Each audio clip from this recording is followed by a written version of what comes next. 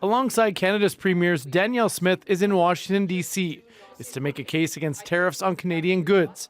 But it comes as the province's Auditor General is probing the health authority on issues around contracting for private surgical facilities, the purchase of medication, and COVID-19 personal protection equipment procurement. Smith answered questions from reporters for the first time 6 days after the announcement. I'm glad that we're going to have the Auditor General take a look at it.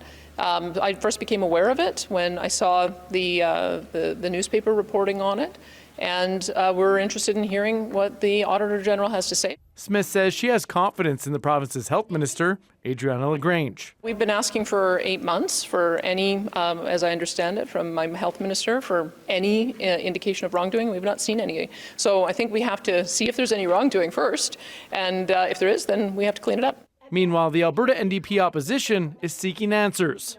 Who was involved, what are the relationships with the UCP government, how much were the contracts for, how much did those contracts vary from what would be a typical contract for these kinds of services.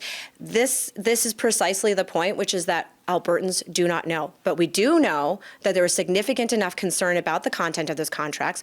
And they're calling for the Premier and Health Minister to step aside from their roles during the Auditor General's investigation.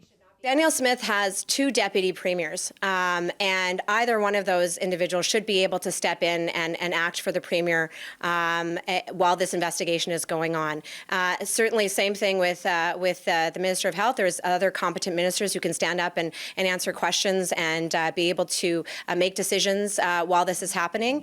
The NDP opposition wants the Premier to call an early return to the legislature to take questions. Otherwise, they'll be back on February 25th. Travis McEwen, CBC News, Edmonton.